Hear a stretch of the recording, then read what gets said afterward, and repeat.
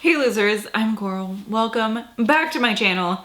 I'm here today with a spoiler-full review. It's full of spoilers. I'm going to be talking in length about a book, and I'm going to be spoiling it for everyone who's not read it. So, if you want to read it and you don't want to be spoiled, don't watch this. But I'm going to be talking about this book right here, All the White Spaces by Wilkes. This was published in 2022.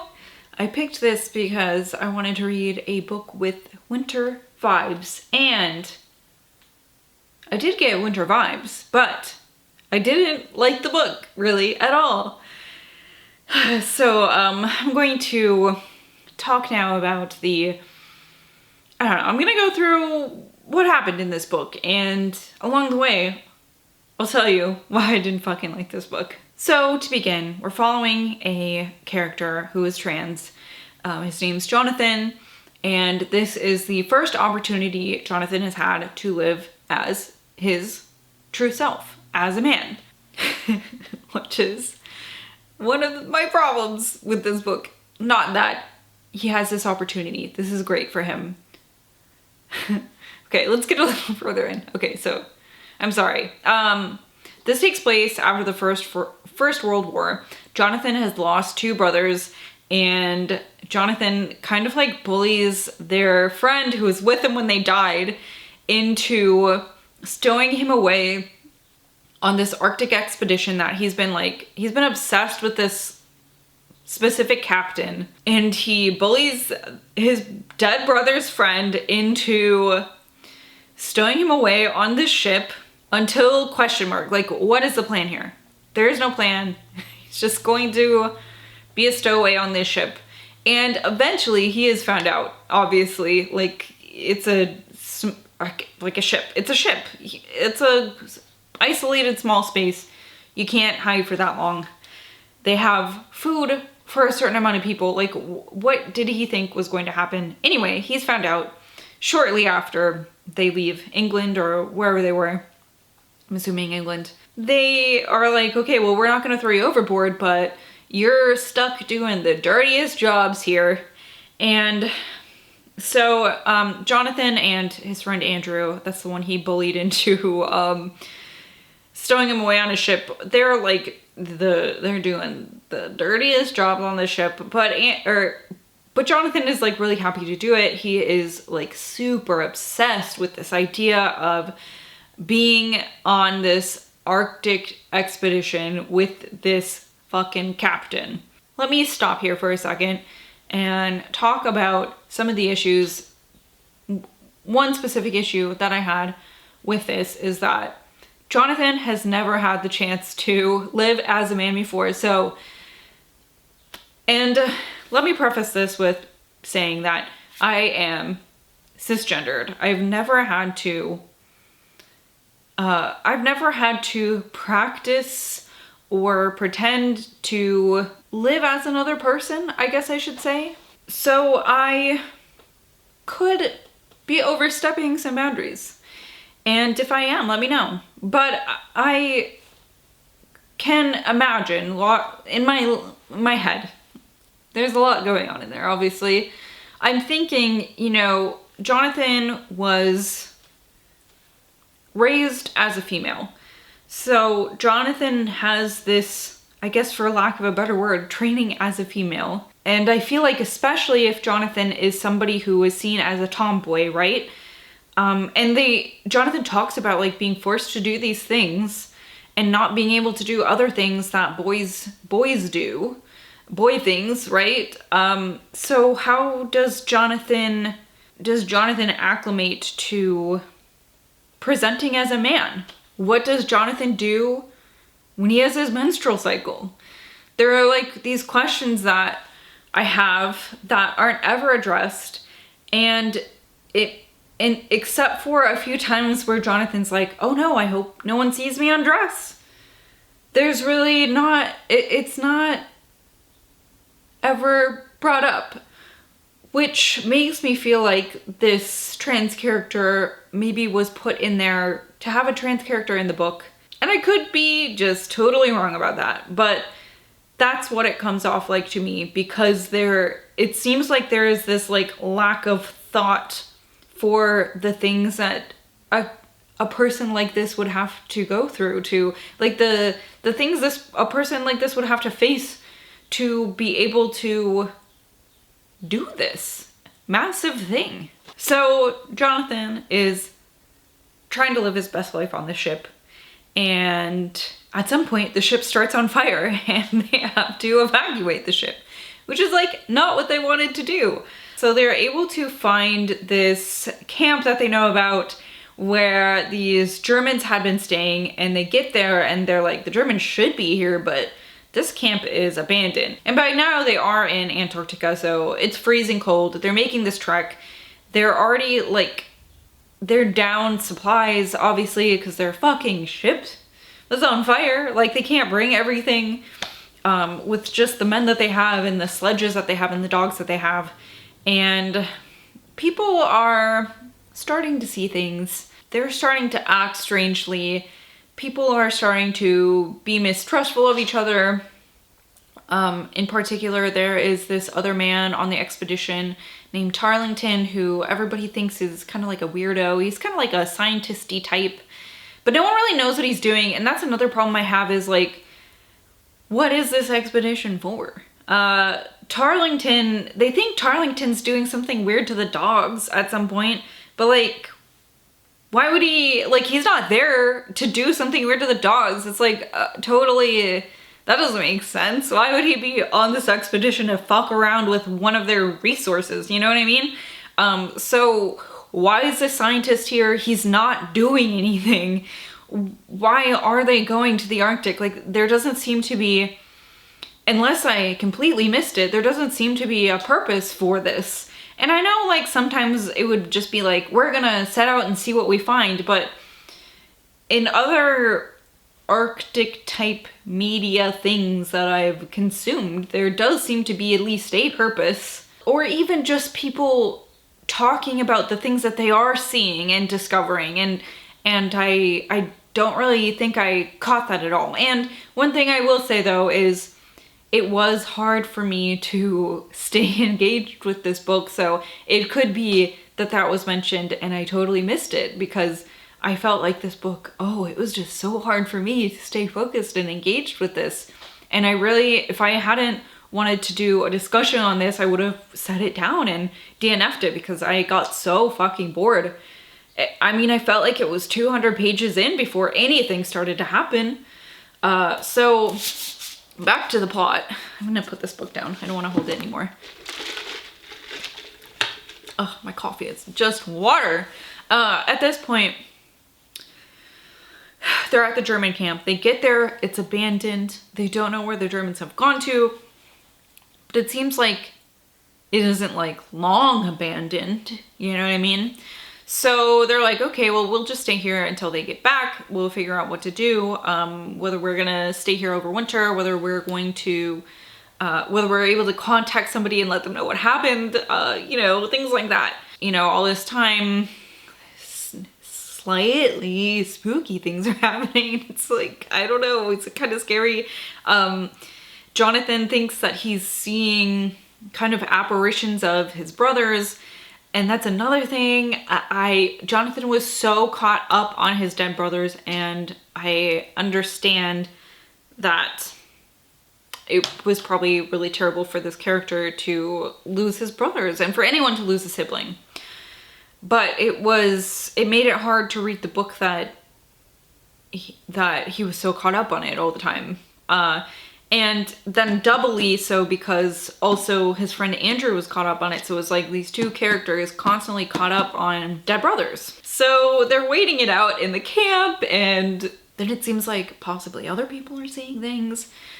But it doesn't really ever get more scary than that. And people are kind of starting to get nitpicky. At some point they do kind of split off, and one group leaves. I guess also when they're deciding to go to the camp, they split up too. So there is like that rift also. And then it's like, what plot points happen? I don't know. I feel like the next thing that happens is that Jonathan and Andrew and a couple other crew members decide to leave, and they take this sledge, and at some point they like fall into the ice, into like a chasm, and a couple people fall in, and at that point Jonathan finds out that Andrew has been sabotaging them. Like, he's the one who started the ship on fire, and there was like maybe another thing that happened that Andrew did. Andrew's been doing this, and he said that he invited the ghosts. So at that point, Jonathan's like, what the fuck, dude? And he leaves Andrew there. And he goes back to the camp, and everyone's like, oh, what happened, you know? And, you know, it's just one of those things where people start to turn on each other. And question marks, I don't know, like, even like, so this is like the like big conflict, and I can't even, it was hard for me. I could have set it down and been fine and gone on with my life without ever knowing what happened, and it wouldn't have killed me, you know what I mean? So eventually Jonathan finds out some stuff about Tarlington and his parentage, and Tarlington and Jonathan decide to go back to the ship, and it's intact, and there they sit to this day. Ooh, just kidding. But the ending's like a little ambiguous. You don't know, do they survive there for long? Do they get rescued? There's really no answer, no conclusion, I guess I should say. It's a little ambiguous, so yeah, that's it.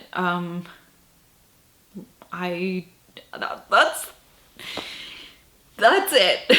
That's it, folks. It's a character obsessed with his stepbrothers who probably didn't even deserve to be obsessed over, because, you know, Jonathan at this point is able to live his best fucking life as the person he wants to be, as the person he feels like he should have been born as, and his brothers were probably people who would not have accepted that.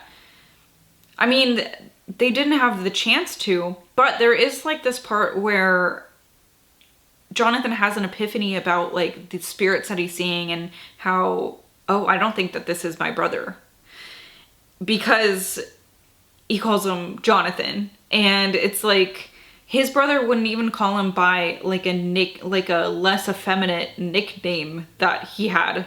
You know what I mean? He would always call him by his proper like name that his parents had given him.